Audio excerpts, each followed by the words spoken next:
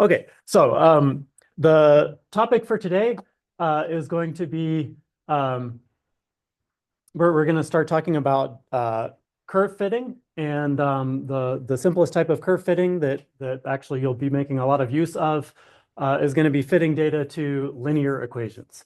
And so here's an example, real life example where you might fit something that you observe. Uh, Wait a minute. Okay, here we go.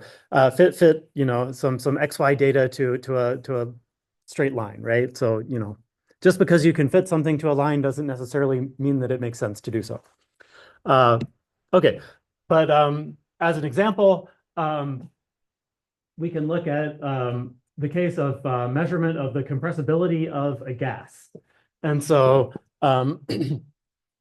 in this example, basically, what we're measuring is this quantity Z, and Z, by definition, the compressibility factor is defined as pressure times volume over nRT, over the number of moles times the gas constant times the temperature. And so for an ideal gas, PV equals nRT, and so this ratio is always going to be zero. I'm sorry, it's always going to be one.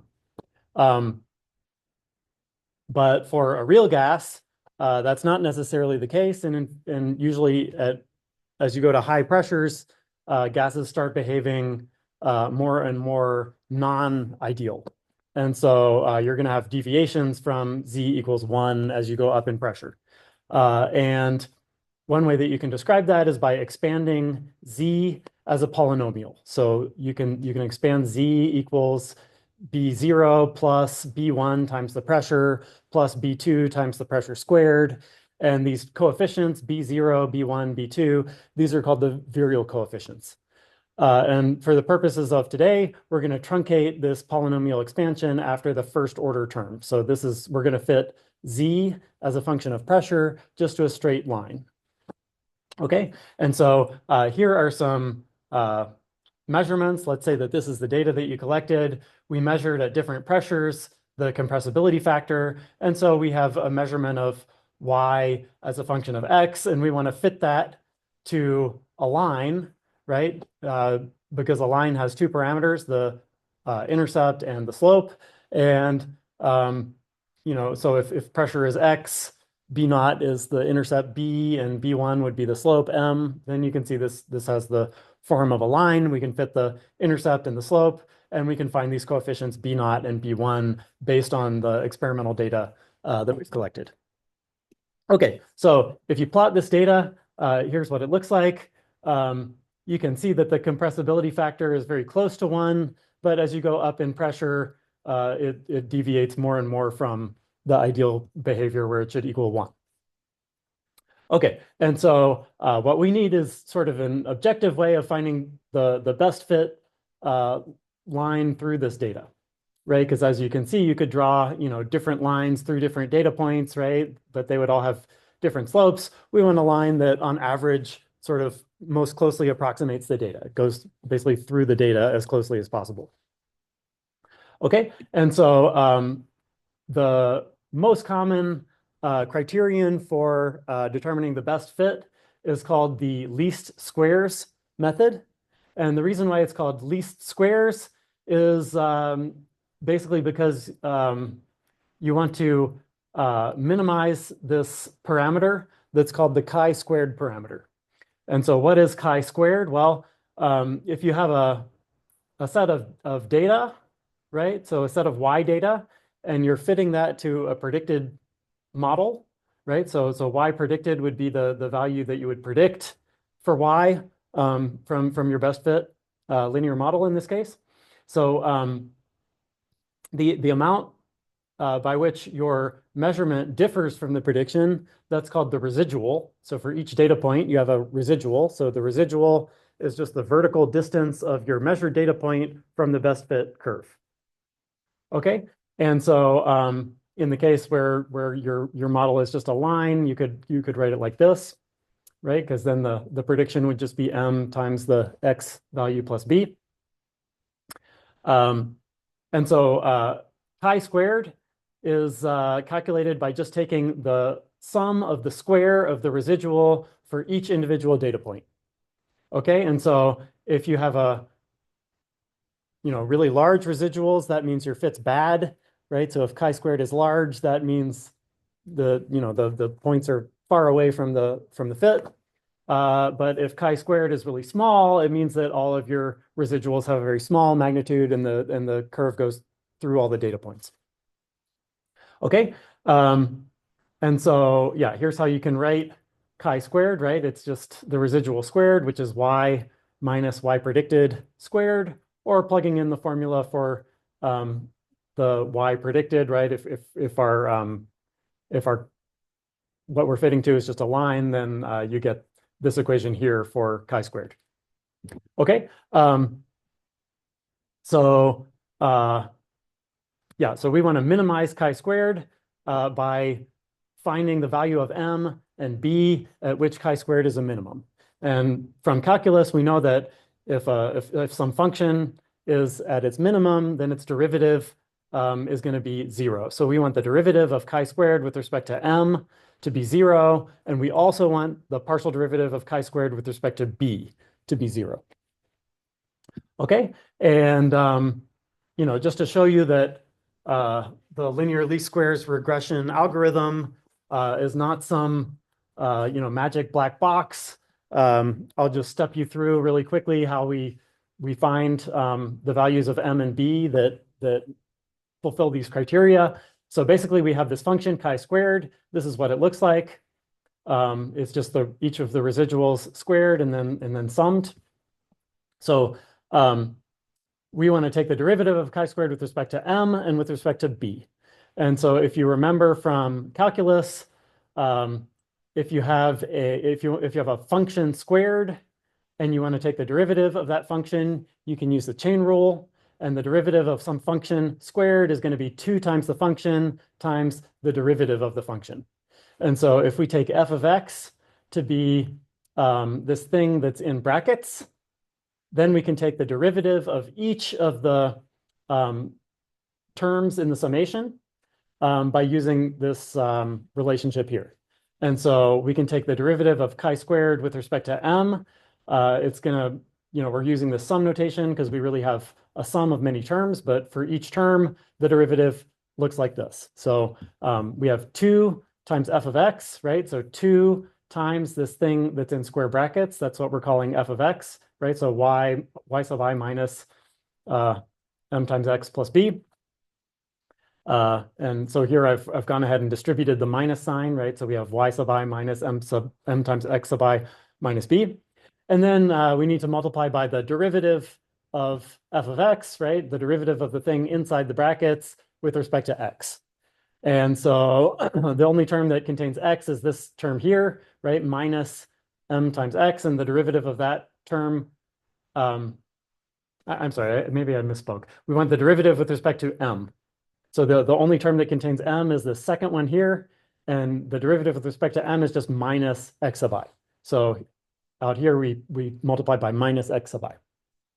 Okay, and then if we want to take the partial derivative of chi-squared with respect to b, we follow the same formula, but we take the derivative of f of x with respect to b, right? And so this thing in parentheses, the only place where b shows up is in this last term, right? So after distributing the minus sign, you get negative b. The derivative of negative b with respect to b is just minus 1. Okay, and so here we just have a minus 1. You can simplify these expressions a little bit like this. And so now we have sort of 2 equations and we have 2 unknowns, right? We want to solve for m and b. So this is basically all the information that we need in order to solve for m and b. Okay, but we have these, sort of complicated looking expressions because they involve these summations over all of the measured x and y data points. And so we can write this in a slightly simpler way by using what are called the S parameters. So the S sub x parameter is just the sum of all the x data points. The S sub y parameter is just the sum of all the measured y data points. S sub x squared is just the sum of the square of each x point. And S sub xy is the sum of each x data point times its respective y data point. and so forth. And if we use this sum notation, or if we use these S parameters, then we can write these two equations that I had on the previous page. Those equations are exactly equivalent to these two equations here. But these equations look simpler because they don't have these summations in them, right? The summations have already been taken care of by calculating these S parameters. Okay, so now we have two pretty simple equations, right? You know how to calculate these S parameters from your data, and you can solve these two equations for M and B. Okay, and this capital N is the total number of measurements, the total number of XY data points. Okay, and so if you do that, right, solve these two equations for M and B, this is the solution. Where M is given by this equation, B is given by this equation, and both of them have this D parameter in the denominator. The D parameter is given by this final expression right here. Okay, and so now basically we have everything that we need. If we have a set of XY data points, we know how to calculate M, we know how to calculate B. Okay, and so our first task for today is going to be calculate the virial coefficients B0 and B1 for the compressibility data that I gave you by the method of least squares using the equations on the previous slide. Okay, and so I'm going to go to Excel. So let me, actually, I'll leave this up so that we can see the equations right here. And let me close MATLAB, and then here we go. So here I have a sort of a spreadsheet halfway prepared. Okay, so is this big enough to see? Should I make it bigger? It's okay? Okay. All right, so here we have some XY data, right? X is the pressure in units of atmosphere. Y is the compressibility. It's PV over nRT. PV has units of, do you know? There's PV work, right? What does work have units of? Yeah, energy, exactly, joules. And nRT also has units of energy because R times T is an energy unit. It tells you the amount of thermal energy. So PV over nRT, right? That's the compressibility factor. That's going to be unitless. Okay, but we have a set of XY data, and we can calculate the slope and the intercept. But actually, before we do that, the first thing that I would do if I had a data set like this is plot the data. So I'm going to open up a graph, and you can start a graph in Excel by going to the Insert tab. And in my version of Excel, it's this XY scatter icon here that you click on, and you're going to click on the first option here, which is just a scatter plot. Might look slightly different depending on which version of Excel you're using. But now I have a graph. I need to populate it with data. So I'm going to left click the graph. I'm going to go to select data. And now I need to add a data series. I do that by clicking on this plus sign here to add a data series. And now I can tell it where the X values are and where the Y values are. The easiest way to select the range of X and Y is to click on this button here next to the input box for the X values. And then I'm just going to take my cursor and click and drag to select the range of cells that contain the X data. And I'm going to do the same for the Y data. And now I've selected the data, so I can hit OK. And then I get a plot. So here's what this data looks like. That looks like what we saw on the previous slide. So it looks like we copied down the numbers correctly. Of course, if you're going to submit this in a lab report, you're always going to want to label your axes, make sure you include units.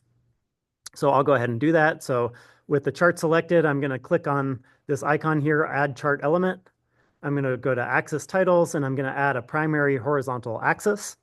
And on the x-axis, we had the pressure, and it had units of atmosphere. And on the y-axis, I'm going to add a vertical axis title, and we could call this maybe Z, and it's unitless. So I don't need to specify a unit. And then in the title, whoops, in the title, you could say this is Z versus P. Okay, or you could write out its compressibility versus pressure or whatever. Okay, so now our chart looks reasonable. So our next task is to calculate what is the best fit slope and intercept for this data. And so over here, you can see the equations.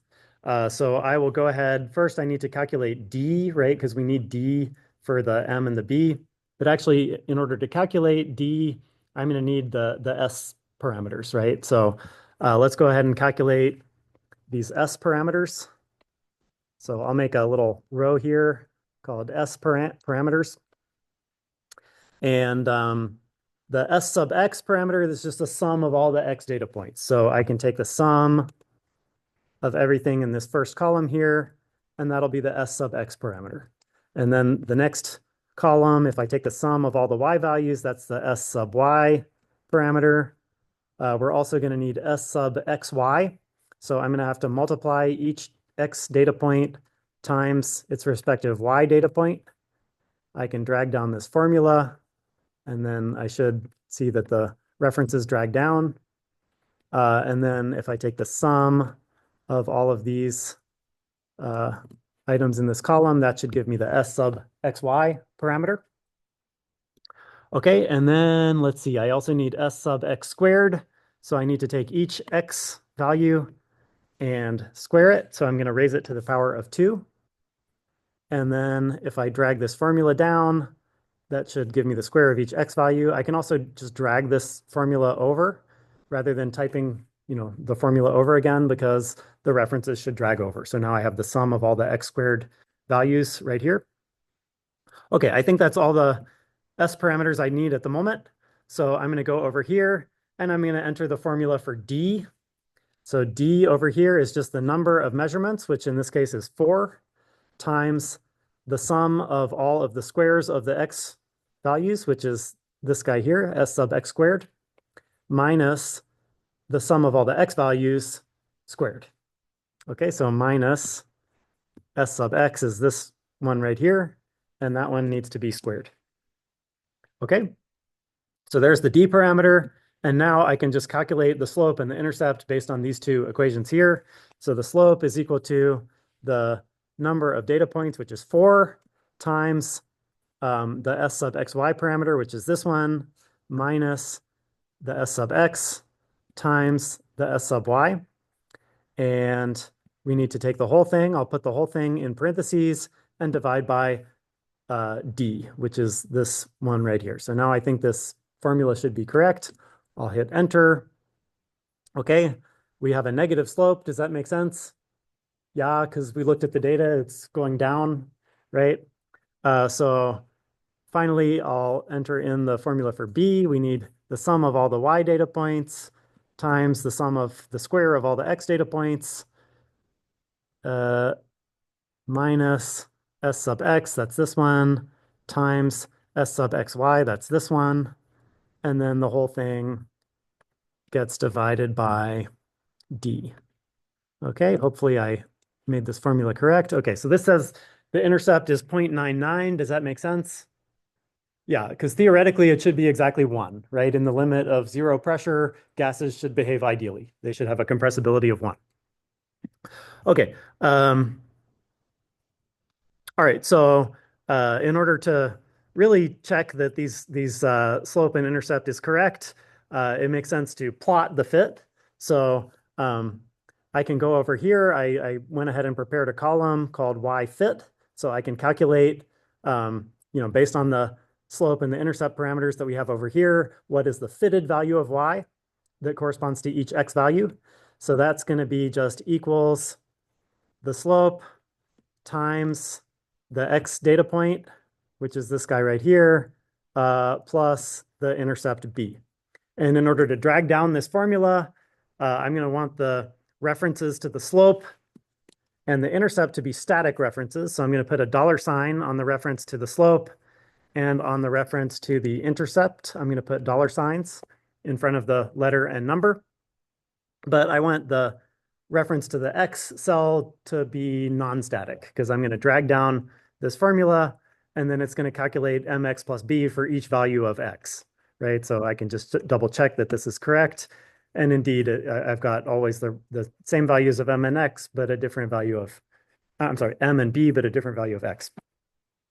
Okay, so now I've got the fitted values of Y, so I can add those to the plot. And if I do that manually, I'm going to go to select data and add another data series. Now I could have given this a name so it's a little bit clearer. So the first data series was our measured data, and the second data series that we're going to add is going to be the fit. Okay, and then my X values are the same ones that I had before, but now the Y values are going to be these fitted Y values that we calculated. Okay, and now you can see the fit has been added to the plot. Usually when you make a fit, or when you display a fit, you want to display your measured values as markers and the fit as a line or a curve. So I'm going to change the way this looks by left-clicking on, so I'm going to select this data series that represents the fit. I'm going to left-click and go to Format Data Series, and then it's going to give me some options. So I'm going to choose that I want a solid line going through that. Maybe I'll make it a little bit less wide, 1 point, something like that. And I'm going to go to the marker menu. Oh, no, actually, it's not there. It's here. Marker menu. And I'm going to say I want under marker options, none. And now I should just get, if I go back to the graph, I just get a line that shows the best fit through the data. And this fit looks pretty reasonable, right? It approximately goes through all of the data points as well as we might expect. Okay, any questions? Yeah. The specific data point number on the graph? Like, what do you mean? Like, you know how they're just dots right now? Do you ever want us to have like the numbers on there? You know how you can like you could annotate it and say this one is 0.9, like this information here, yeah, 1.31. Usually not. I mean, usually you can read the numbers from the graph accurately enough. In some applications, maybe. In this course, I don't think so. Any other questions? Okay. Let me go back to the PowerPoint.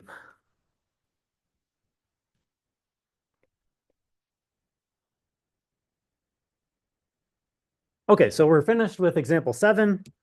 Let's move on to example 8. Okay, so we've determined basically our two variable coefficients, right? We've determined the intercept should be B0 and the slope should be B1, right? But anytime in physical sciences that we measure a quantity, we don't want to just know a number for that quantity. We want to know how precisely we've measured that quantity. We want to know the uncertainty. So we can also calculate the standard deviation in the slope and the intercept. And I'm not going to derive these formulas, but these are the formulas for the standard deviations. So both of these standard deviations involve this sigma sub r, which is the something called the standard deviation of the residual. And basically the standard deviation of the residual tells you, it's sort of a measurement of like on average, how far is each data point away from the straight line. It's kind of like, I mean, it's not exactly the average of the residuals, but it's more or less, you know, on average, how large would you expect a typical residual to be? Okay, and so this formula looks a lot like the formula for the standard deviation that we looked at previously, but it's a little bit different. So you take the sum of each residual squared, right? So each data point minus the predicted point squared. But then instead of dividing by n minus 1 and taking the square root this time we divide by n minus 2 and we take the square root. And it turns out this n minus 2, again, this is the number of degrees of freedom for the determination of the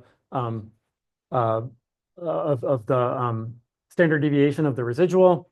The reason why now the number of degrees of freedom is n minus 2 instead of n minus 1 is because now we're no longer trying to take just an average of a list of numbers. Now we're trying to fit data to a line.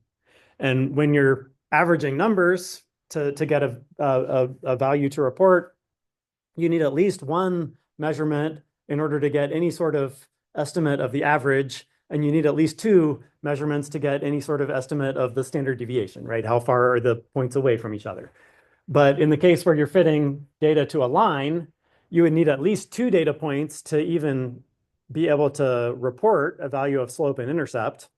But if you only have two data points, your best fit line is going to go perfectly through those 2 points, right? Because 2 points define a line. And you'd need at least a third point before you could say anything about how much uncertainty there is, right? How far away is the third point from the prediction?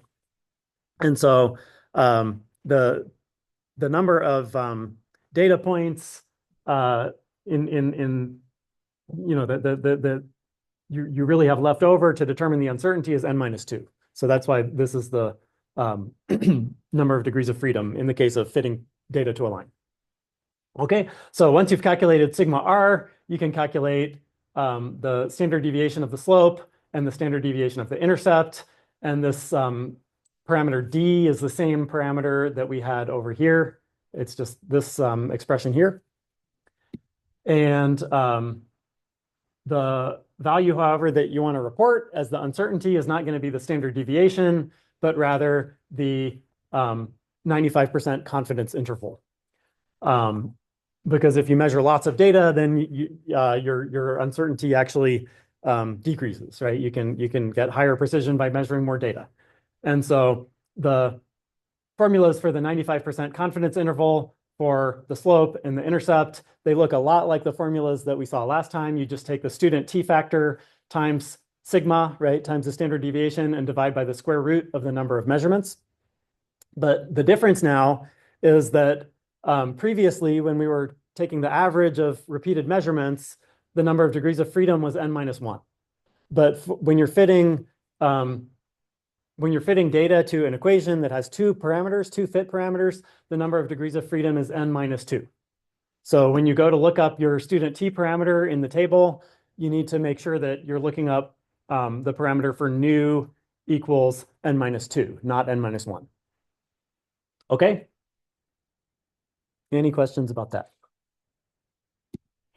Okay, if not, let's go ahead and do the next example. The next example says, calculate the standard deviation in the intercept and the slope that we got before, right? B0 and B1, and the corresponding 95% confidence limit using our spreadsheet. Okay, and then we're going to report our result. Okay, so let me go back to oops, I just showed you the answer. Let me go back to the spreadsheet over here. Okay, so here's our spreadsheet. Here was our fit that we had from before. So we've calculated D, M, and B. So the first thing I'm going to do is I'm going to calculate the sigma sub r value. I'll call that the standard deviation of y, right? That's basically how far is each y data point from the y predicted. Okay, so to do that, I need to take the sum of all the residuals squared. So first I need to calculate the residual for each data point. The residual, by definition, is just the measured y value minus the predicted y value, which I've already calculated. And so I can drag down this formula, and that should work. Okay, and then I need to take the square of each r value. So the square of the residual looks like that. I can drag down the formula again, and the dragging should work correctly. And now I can take the sum of all of the values in this column, and that should give me this thing right here inside the sum notation. This is the sum of all of the squares of each residual. Okay, and yeah, I think that's everything I need for now. So I'll just enter this formula now. So I'll use the sqrt function to take the square root. And so first I need 1 over n minus 2. In this example, we have 4 data points. So n minus 2 is just 2. So I'll just type 1 over 2. And then we have to multiply that by the sum of the squares of the residuals, which is what we calculated right here. And close parentheses.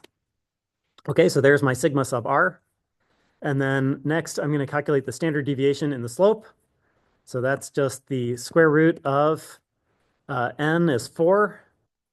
Or I also have a cell here with the number of data points. So 4 over d. D is this guy right here.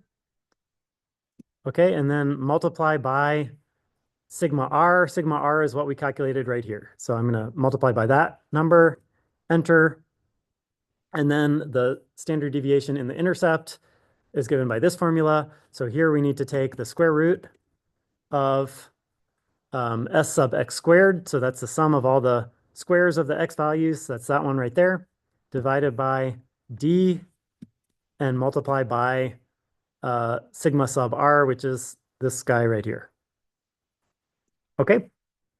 So now we've calculated the standard deviation of m and b, but what we really want is the 95% confidence interval. So I'll just bring up the formula right here so we can look at it. And I'll make another heading here. So the 95% confidence interval of the slope, I'll put it right here. And down here, I'll put the 95% confidence interval in the intercept. Okay, and so here first I need to figure out what is the student t-value. We have 4 measured data points. And in this particular case, the number of degrees of freedom is n minus 2. So number of degrees of freedom should be 2, right? 4 minus 2 is 2. And so according to our table, when we have 2 degrees of freedom, the student t value that we want is 4.3. So I can come over here and I'll enter 4.3 times the standard deviation divided by the square root of the total number of measurements, which is 4. Okay. Let me scroll back down to the formula down here. Okay, and then for the intercept, we use the same formula. It's going to be 4.3 times the standard deviation divided by the square root of the total number of points, which is 4. Okay. And so now we're ready to report our final answer, right? So the first virial, or the 0th virial coefficient, the B0 coefficient, is going to be 0.99, and the uncertainty in that coefficient is 0.01. Okay, and whoops. And this is the y-intercept, right? So it should have the same units as the y-axis. The y-axis is compressibility. Compressibility is unitless. So the B0 coefficient is going to be unitless. But the B1 coefficient is going to have the same units as the slope. Slope is rise over run, right? Y over x. The x-axis is in units of atmosphere. So the units of the B1 coefficient is going to be a unitless quantity divided by atmosphere. So it's going to be reciprocal atmosphere, 1 over atmosphere. But for the slope, we're going to get, let's see, if I read these decimal places correctly, it's minus 0.0017, something, something. And then we're going to round, as always, the uncertainty to 1 significant figure. The uncertainty is in the 10 to the minus 4 decimal place. So it's going to be 0.0004. And so we're going to report this also to the same digit. So we're going to report the slope as minus 0.0017 plus or minus 0.0004. Okay, so just to show you that, I'll start my PowerPoint again. Okay, and now that is the form in which you would report B0 and B1. Okay, any questions? How we did that? Okay. The next thing on our to-do list is to look at other ways that we can evaluate the goodness of fit. One parameter that gets used to see how linear your data is what's called the R squared parameter, which is the square of this thing called the R parameter, which is the linear correlation coefficient. Okay, so what does linear correlation coefficient mean? So if you have a data set where the XY data follows a perfectly straight line, where if you increase X, Y increases by a certain amount, right? And if Y is perfectly correlated with X, then that would correspond to R equals 1. If you have perfectly correlated data, but with a negative slope, such that if you increase X, Y decreases, that would correspond to R equals -1, right? In the real world, you never have data that is quite so well correlated. There's always deviations from perfect linear correlation. And so you're going to have an R value that's somewhere between -1 and 1. But the other limit that's important is when R equals 0. If R equals 0, that means that X and Y are completely uncorrelated, right? So you increase X and Y just varies randomly. Y doesn't depend on X at all. In this case, you'd have R equals 0. Usually in the physical sciences, we can have pretty, large, pretty good correlations because we have, as scientists, we have very precise control over the conditions in the laboratory. We can vary X, measure Y very precisely, and we can see, how the Y value changes as we change the parameter. But in other fields like, I don't know, health or environmental science or political science or something like that, often the question is, are these two parameters correlated at all, right? And that's when you might want to use the R parameter to see, is it statistically different than 0, right? If people eat more broccoli, do they have a higher chance of getting cancer, right? Then you might see a plot like this. And if this is your data, then you couldn't really make a conclusion. Probably not. Okay. So there are simple formulas for how to calculate R. The formula is given here, where these dxy and dx squared, dy squared parameters are just given by these equations down here. And again, these S parameters are the same. They have the same definition that they had before. And so our next task is going to be, we need to calculate the linear correlation coefficient for the compressibility data in Microsoft Excel using the formulas from the previous slide. All right, so I'm going to calculate R, and I'll also go ahead and calculate R squared, because the square of R is commonly used to look at how linear a fit is, or how linear a set of data is. Okay, so let me bring these equations over here so that we can see them. Okay, so I think now I need another S parameter, the S sub Y squared parameter, which is the sum of all the squares of the Y values. So I'm going to need to calculate the square of each Y value. And then the S sub Y squared value is just going to be the sum of all of the values in this column. Okay, so there's my S sub Y squared. And now I can come down here and I can calculate the linear correlation coefficient. But first I'm going to calculate these parameters, these D parameters that we need to calculate R. So dx squared is going to equal the number of points, which is 4, times S sub x squared, which is this one right here, minus the S sub x parameter squared. And then the second equation here, dy squared, this is going to equal, again, 4 data points times S sub y squared, that's this one, minus S sub y quantity squared.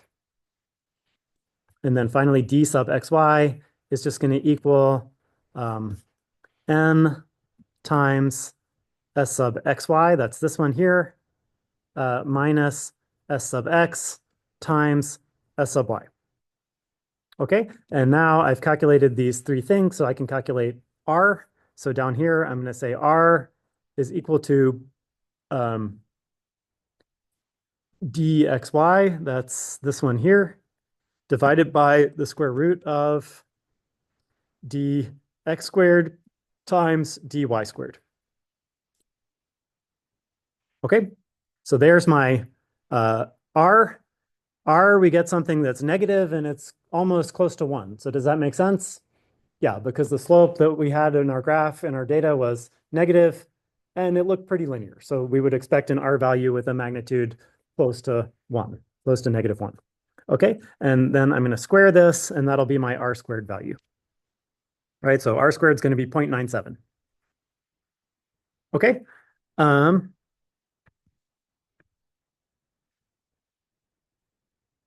All right, let's go back here.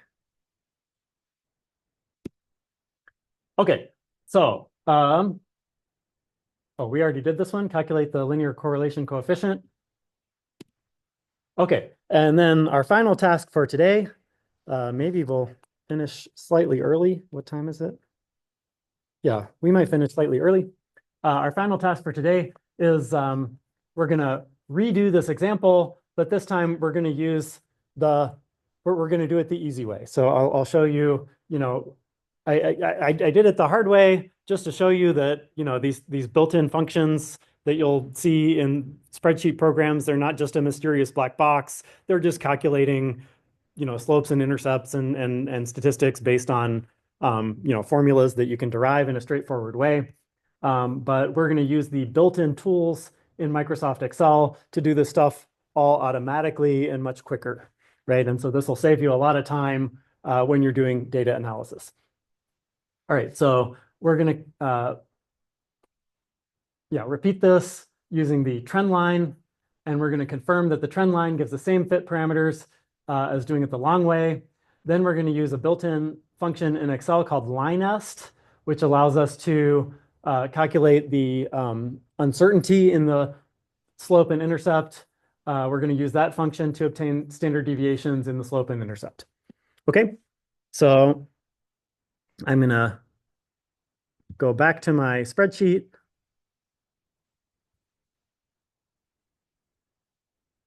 And why don't I'll come over here. So here's the data. Actually, I don't need the PowerPoint anymore, so I'll just make this so you can see the whole thing. Okay, so the first thing I'll do is, well, why don't I'll just remove this fit that we added previously, and I'll just use the built-in function. So to add a trend line, just click on a data set, make sure that the whole data series is selected, and then I'm going to right click and I'm going to go to add trend line. Okay, and now this will automatically add a trend line, and you can see it looks just like the one that we calculated before. There are various options, so you don't have to use a linear trend line. You can also choose exponential, logarithmic, polynomial, etc. In our case, we want a linear trend line. That's the default option. There's also some other options down here. You can, in some cases, you might want to forecast your prediction forward or backward, right? If you want to see how many husbands you'll have in 60 days from now, you can forecast forward. So if I want to go 10 points forward or something, then it'll forecast the fit. Okay, but let's see. Another thing you can do is you can force the intercept to equal a certain value. The default is set intercept to 0, and in this case, that makes no sense, right? Because the intercept shouldn't be 0, it should be 1. So maybe we want to set that equal to 1. Okay, but I'm not going to do that because actually we want to fit the intercept. We don't want to force it to be 1. So I'll unclick this box here so that we calculate the intercept in the normal way. And then I am going to select display equation on chart and display the R squared value on chart. And now Excel will display an equation, and you can read directly off of this equation what's the intercept, what's the slope, and what's the r squared value. So I'll actually, in order to compare this to what we calculated, I'll add some more digits. So I'm going to left click on this equation chart, and I'll go to format the trend line label, and I'll click on the number menu, and I'll tell it how many decimal places to display. So right now it's displaying 2, which is really stupid because it looks like the slope is 0, which we know it's not. So I'll just put some larger number here, maybe 6. That'll give us enough decimal places that we can see what's going on. And you can see that the slope and the intercept that are calculated by these built-in functions are exactly the same values that we calculated over here, right? Slope is negative 0.001734 or something, and the intercept is 0.991388, and it's rounded off. And then also it displays the r squared value, which we calculated down here, and we can see that we got exactly the same number that we got using the built-in function. Okay, the final thing to do, so using the trend line tool on the graph, you can get the slope and intercept. Unfortunately, this trend line tool does not give you the uncertainties in the slope and intercept. And so the easiest way in Excel to get those uncertainties is to use a function called the linest function. In older versions of Excel, you had to do this in a slightly convoluted way. You had to select a range of cells, and then after typing the formula, you have to hit shift return something something. If you're using an older version of Excel, you can Google how to do it. On the new version of Excel, you don't have to do that. It's easy. You just select a box where you want the linest function to go. But the output's going to cover a range of boxes, so you want to make sure that you have some space over here. I'm going to select a box. I'm going to type equals linest, and then I'm going to open my parentheses, and then it's going to tell me what to enter as the arguments of the linest function. So first it wants y, the known y values, which are these values over here. So I'll select those. Then I hit comma, and now it wants the known x values. So I'm going to select the range of cells where we have the x values. Then it wants to know, then it gives you some options. So the first option says if you choose false, then it sets the intercept equal to 0. As we just saw, that doesn't make sense in this example. We want to calculate the intercept in the normal way. So I could either type true or type a 1. 1 means true, 0 means false. Or I can just click on the button here. And so it's going to ask me one more question. If I click here, it's going to return additional regression statistics. If I click false, it's not going to return additional regression statistics. In our case, the whole reason why we're doing this is because we want these additional regression statistics, which are the uncertainties in the slope and the intercept. So I'm going to click true, and then close parentheses, and then enter, and hopefully it works. Okay, and then I get some output. And unfortunately, the output is not labeled. So what does this mean? Well, we already calculated this the hard way, so we can kind of compare these numbers and we can see what they are. So the first number here looks like the slope, right? It's minus 0.00173, right? That's the slope that we calculated up here. The first number here is the intercept, 0.991388. And it turns out, so the first row is the value of M and B. The second row is the standard deviation of M and B. Because if you compare this number, it looks exactly like the standard deviation of M that we calculated over here. If you look at this value right here, this is the standard deviation of B, which is this number right here. Should be exactly the same. Okay, I'm not sure off the top of my head what all these other things are. It looks like this one is r squared, right? That agrees with this number here. I think this is the number of degrees of freedom, so this is 4 minus 2. Off the top of my head, I don't know what these other things are, but you could probably find it by just Googling Excel linest, and you'll find an explanation. Okay, But for our purposes, these are the only ones we need. Unfortunately, Linus does not give us the 95% confidence intervals. It only gives us a standard deviation. So you have to calculate the 95% confidence interval yourself, right? So the 95% confidence interval would then be, of course, calculated by the same formula that we used before. You take the student t value, which we just looked that up before. It was 4.3 times the standard deviation, divide by the square root of the number of measurements, which in this case is 4. Okay, and I think I can drag this formula over and it should, no, it won't work because I need to make the reference K or A5 needs to be a static reference. And then I can drag this formula over and then let's check that it worked. I think it worked. Okay, so now we should get the same thing that we got over here, right? This first value. I'll make this column a little wider. That way you can see all the digits and you can compare. You can see these two numbers are exactly the same. If I make this column a little wider, you can see the 95% confidence interval in the intercept is also exactly what we calculated using the formulas, doing it the hard way. Okay, any questions about that? Okay, that is everything for today. So if there's no questions, then I will see you guys on Tuesday.